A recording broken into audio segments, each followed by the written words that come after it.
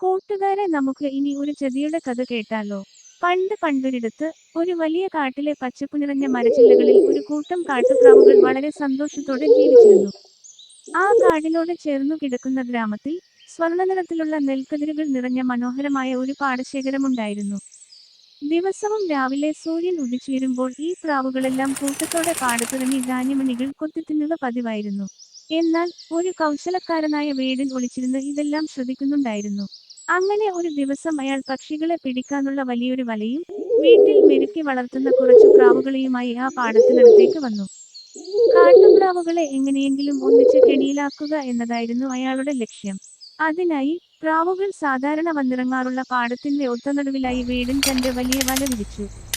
അതിനുശേഷം താൻ കൊണ്ടുവന്ന വളർത്തുപ്രാവുകളെ ആ വലയോട് ചേർത്ത് അനങ്ങാൻ പറ്റാത്ത വിധം കെട്ടിയിട്ടു. കാട്ടുപ്രാവുകളെ പറ്റിക്കാൻ വേണ്ടി വളർത്തുപ്രാവുകളുടെ മുന്നിൽ കുറെ നല്ല ധാന്യമണികളും വിതറി.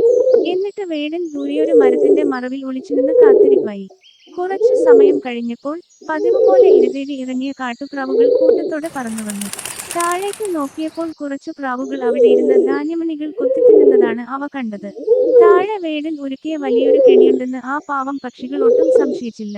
ആ പ്രാവുകളെല്ലാം വലിയ സന്തോഷത്തോടെ ഒന്നിച്ച് പാടത്തേക്ക് പറന്നിറങ്ങി ധാന്യമണികൾ കൊത്താൻ തുടങ്ങി.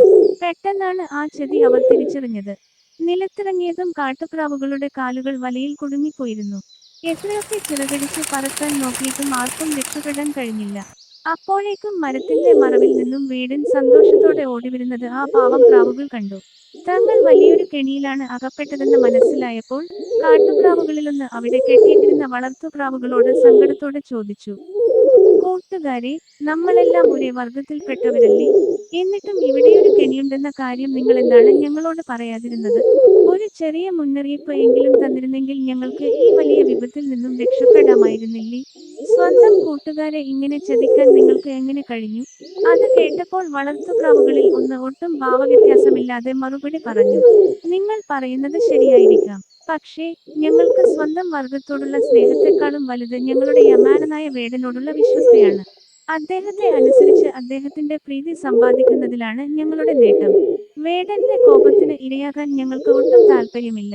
തങ്ങളെ കെണിയിലാക്കിയത് സ്വന്തം വർഗത്തിൽപ്പെട്ടവർ തന്നെയാണല്ലോ എന്ന തിരിച്ചറിവ് ആ പ്രാവുകളെ കൂടുതൽ വേദനിപ്പിച്ചു. അപ്പോൾ അവർ സങ്കടത്തോടെ മനസ്സിൽ കരുതി: തന്റെ യമാനന്റെ പ്രീതി സമ്പാദിക്കാൻ വേണ്ടി സ്വന്തം കൂട്ടുകാരെ ചതിക്കുന്ന സ്വാർത്ഥരായ പ്രാവുകൾ എല്ലായിടത്തുമുണ്ട്.